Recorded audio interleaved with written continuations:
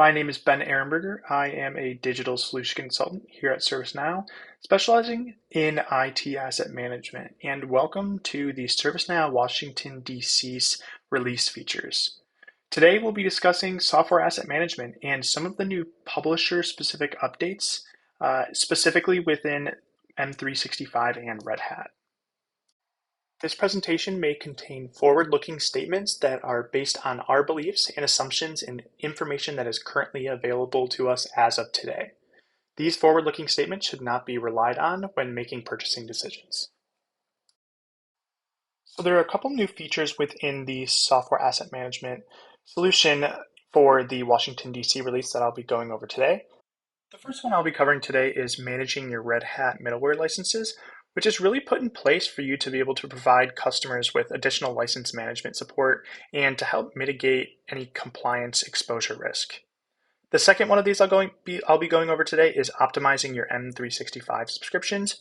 And what this is going to be able to do is to provide customers with that quick time to value to generate reclamation candidates for their M365 subscriptions. So when looking at how you're able to manage your licenses for Red Hat middleware, a lot of the times what we'll see is that our customers are managing, those different types of software publishers and software license metrics, and Red Hat middleware software is one of those interest areas for our customers. So ServiceNow SAM has expanded license coverage to manage Red Hat middleware products such as JBoss, for example, and that are licensed by cores. What this is going to be able to do is it's going to be able to help provide additional license management support and help mitigate all that compliance exposure throughout your environment. Let's take a look at what this can look like within our ServiceNow instance.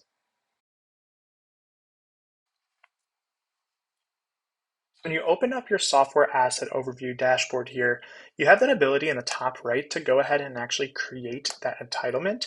And what we'll be able to see here is that as we go ahead and fill in that information that pertains to the Red Hat publisher, we're now able to see how SAM has expanded their license coverage to manage those different Red Hat middleware products such as JBoss.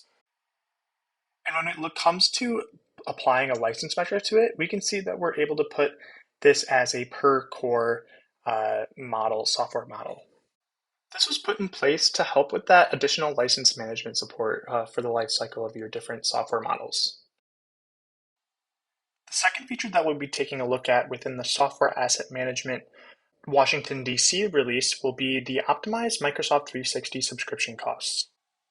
This feature will help improve optimization logic by using subscription creation date from the Microsoft 365 portal. We'll also be leveraging data from low usage to create optimization recommendations for Exchange Online, SharePoint Online, and Power BI. And lastly, we'll be using M365 API to generate reclamation candidates for downgrades instead of having to use things like SCCM data to pull that in. So let's go and take a look at what this feature looks like on the Now platform. When opening the Optimization and Savings tab within the Software Asset Analytics section of Software Asset Management, we're going to be able to get a few key KPIs and insights into our M365 optimization and summary report. The first thing you may notice is that we have this publisher optimization filtered down to just show Microsoft.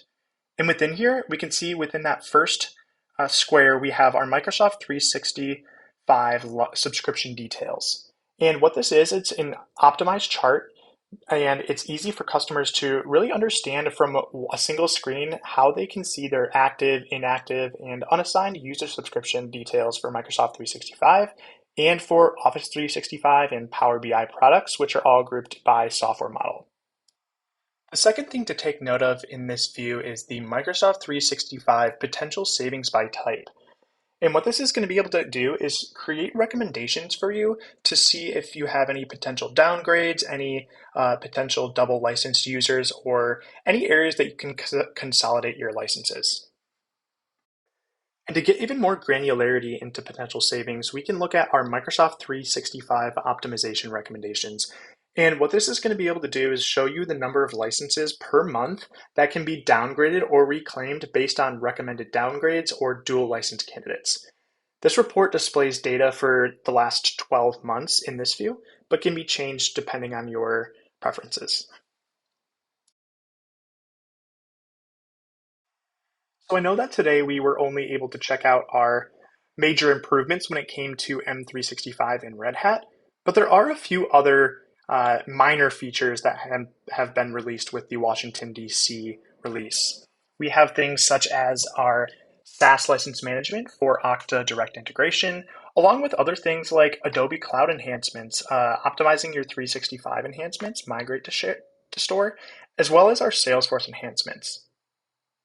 You can find more information about these minor features and enhancements within the Washington, D.C. release on our product documentation page at docs.servicenow.com, along with a full list of additional features and fixes within the Washington, D.C. release.